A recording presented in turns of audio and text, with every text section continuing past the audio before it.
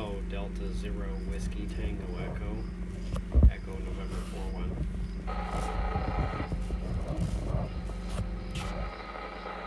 I might have doubled Kilo Zero Alpha Lima Foxtrot.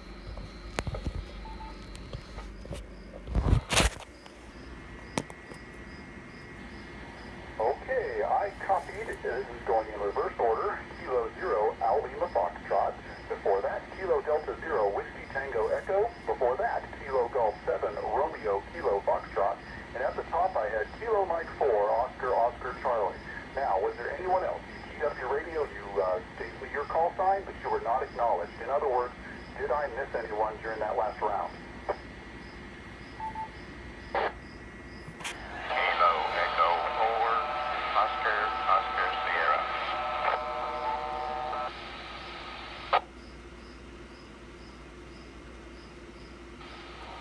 Okay, Kilo Echo 4 Oscar Sierra, got you added to the list. All right, if you'll stand by, we'll go right back to the top, and let's bring in Mike to the net. Kilo Mike 4 Oscar Charlie. Mike, how are you today? And do you have can you share with us your most embarrassing food moment? K0VV.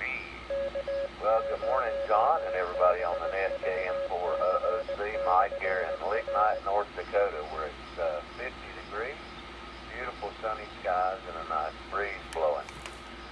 Well, two things. First, when you said your son complained about everything falling out of his burger, it reminded me, now, when I was a boy growing up in the mountains of North Carolina, in our house, if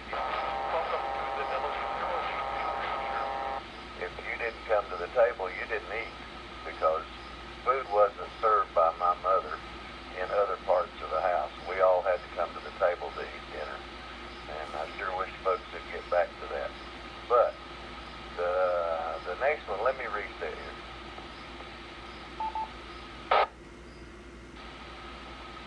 KM4OOC. John, I'll keep this as G-rated as possible. My wife and I were in North Carolina. This was back before we had moved to Florida, and long before we moved to North Dakota. We were in a buffet restaurant in my hometown, and bar. Now, I'm 6'1", and this young lady who was about 20 years old was behind me in the salad bar line, and she was about 5'2", if she was that much. And she had on a rather low-cut top, and I had my salad plate all filled up with niceties, and I was going to go back and get some shredded cheese to go on my salad, and when I turned around, she was right there, and as I turned around, her arm bumped mine, and my salad went right down the front of her shirt. And of course, my wife and several of the other ladies had a good laugh, and I went back to my table and sat down without a salad. John, thanks for the net. Good job here. Always enjoy hearing you. Hello to my friend Barry there in Vegas, and Woody down in Florida. KM4OOC, back to net control.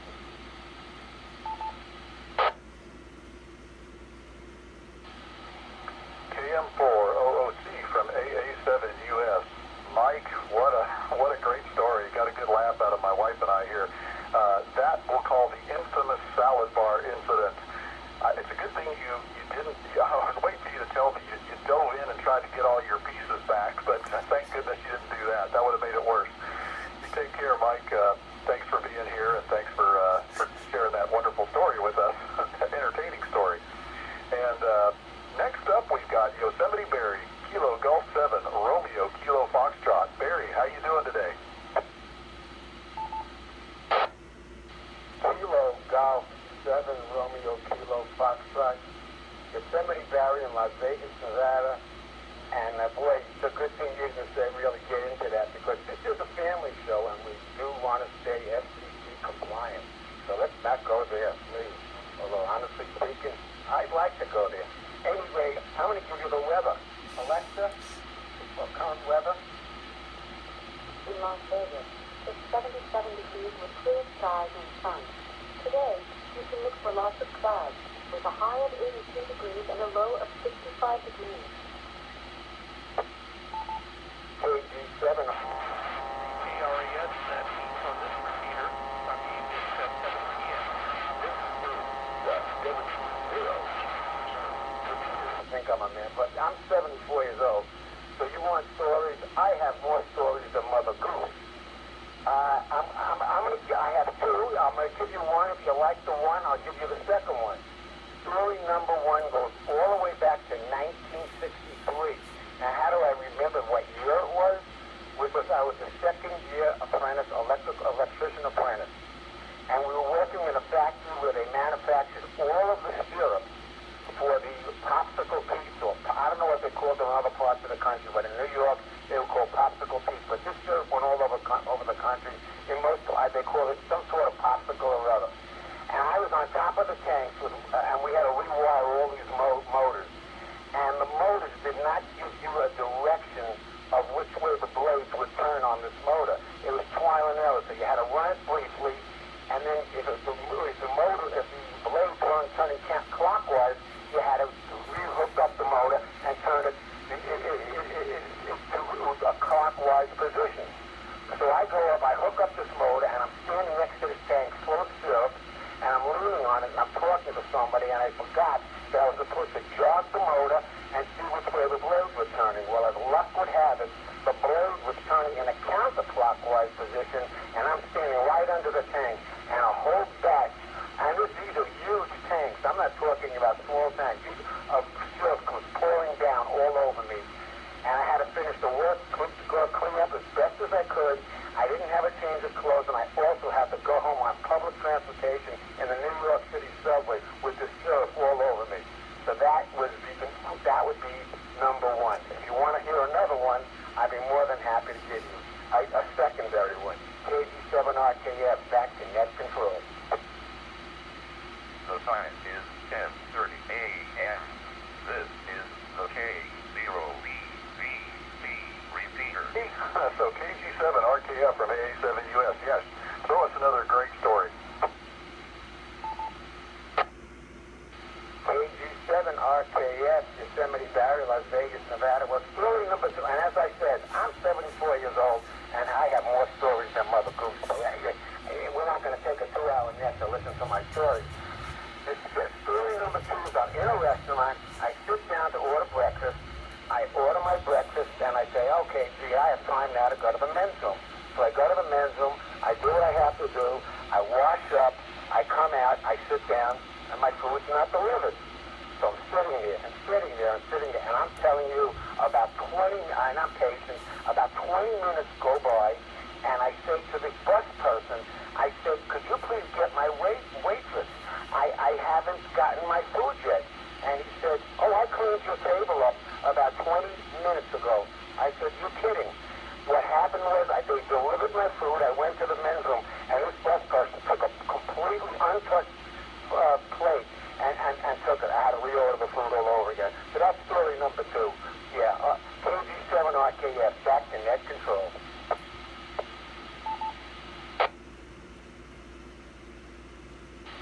Wow, Barry, that second story, that's painful.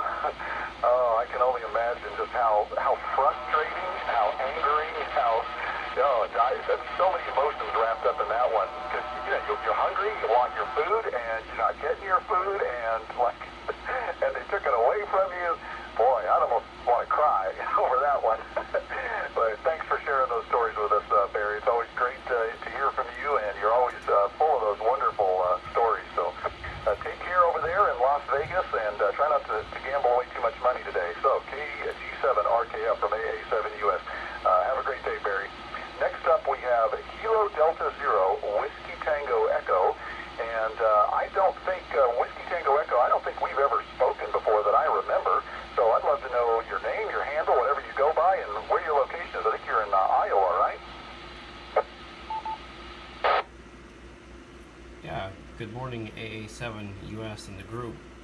I'm actually not sure how many people are hearing me right now, but this is Kilo Delta Zero Whiskey Tango Echo. The name is Michael, and I am located near Norway, Iowa. I am transmitting on 146 AA7US.745. It's actually I'm not transmitting, but that's the repeater I'm coming into with a 136.5 PL tone, I believe. Anyway, yeah, I'm out here in Iowa. Out here, it's a small town called Norway, just southwest of Cedar Rapids. And currently I'm keying up at least 2 repeaters, my local repeater being the closest. And then there's another repeater that I'm talking into right now that is full scale. I'm curious how the network works, and I don't have much of anything for food related stories. I could tell a couple about siblings, but we'll keep those off air for respectful reasons.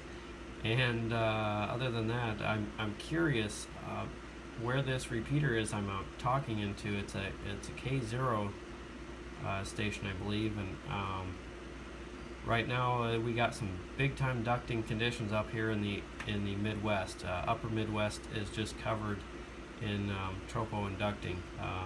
I just got done talking 350 miles to Michigan. So back to the net, AA7US. This is KD0WTE, Norway, Iowa.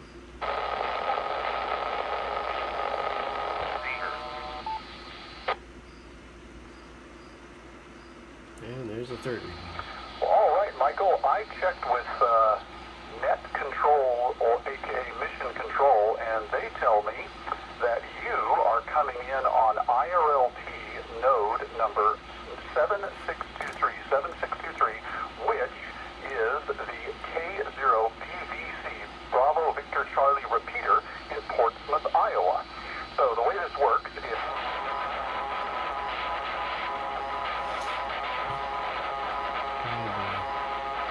bridge to Echolink. I know you're not on Echolink right now, but it's also bridge to Echolink. And so we're using a reflector on IRLP, the 9618 reflector, which is bridge to Echolink 29618. They call it a conference over there. It's also known as the Friends Conference server. And so you're coming into the repeater there in Portsmouth, Iowa, which is attached to that attached to an IRLP node, which is attached to an IRLP reflector. So it's going back out to everybody. So you could be heard right now by 100 different people. It's hard to say.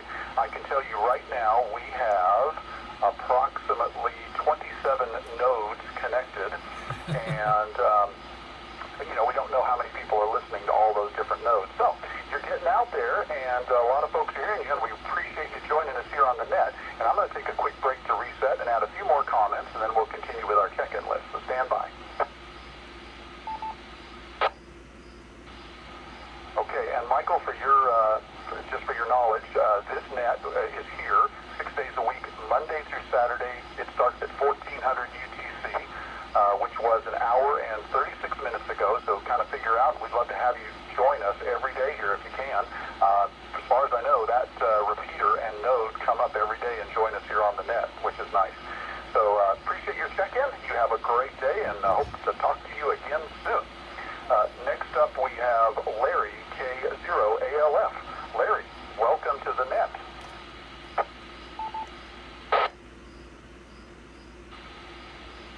Well, good morning, John. This is K0ALF. The repeater that he's talking off of is about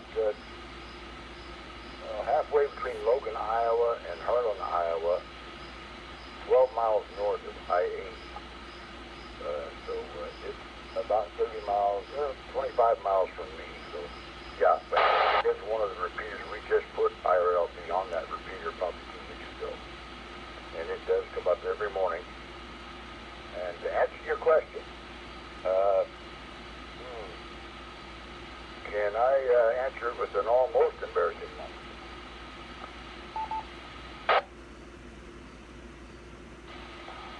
Well, of course you can, Larry. It's wide open. And before I let you continue, I've got a couple of administrative things I failed to do. First off, I failed to recognize you as a net control station here on the Good Morning Net. I apologize, Larry. And for anyone who may not know, I just assume everyone knows who you are, Larry. Larry is his assigned day to be the net control station here on the Good Morning Net is Mondays. So if you were here yesterday, you got to talk to Larry. Sometimes he fills in other days, and then on Fridays, he's part of the group usually that passes the mic around unless he's busy doing something else. So with that out of the way, back to you, Larry. Well, thank you, John. I appreciate that. Well, this happened to me when I was in boot camp in the United States Army. And we came back from about a 3-day stint out in the field where all we had to eat was just terrible, terrible food. I got back into the company area right about dinner time, and boy, just you could smell the food cooking. And I thought, man, that smells pretty good. So they marched us into the chow hall.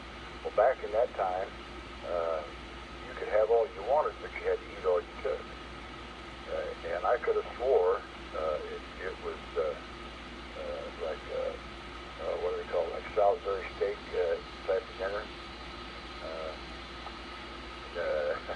So I took a couple big pieces of it, and some potatoes, and gravy and salad. Got back to the table and sat down. And lo and behold, there's the drill instructor standing right behind me. And I cut the meat, and I said, man, that sure is cutting awfully easy. So I cut it, and I put it in my mouth, and it was liver. And for those of you who know me, you know that I detest liver. The smell of it will almost make me sick to my stomach. And it took everything I had in me not to spray the entire table, including the drill instructor, right? Well, luckily, he moved on, and there was a guy at the table who happened to love liver. So I that night, and there was gravy and vegetables. I thought but that could have been an awful embarrassing moment had I got the DI and everybody at the table. But that's my story, and you have a great one. You're doing a great job this morning, and everybody else out there have a good day. ALF, back to that.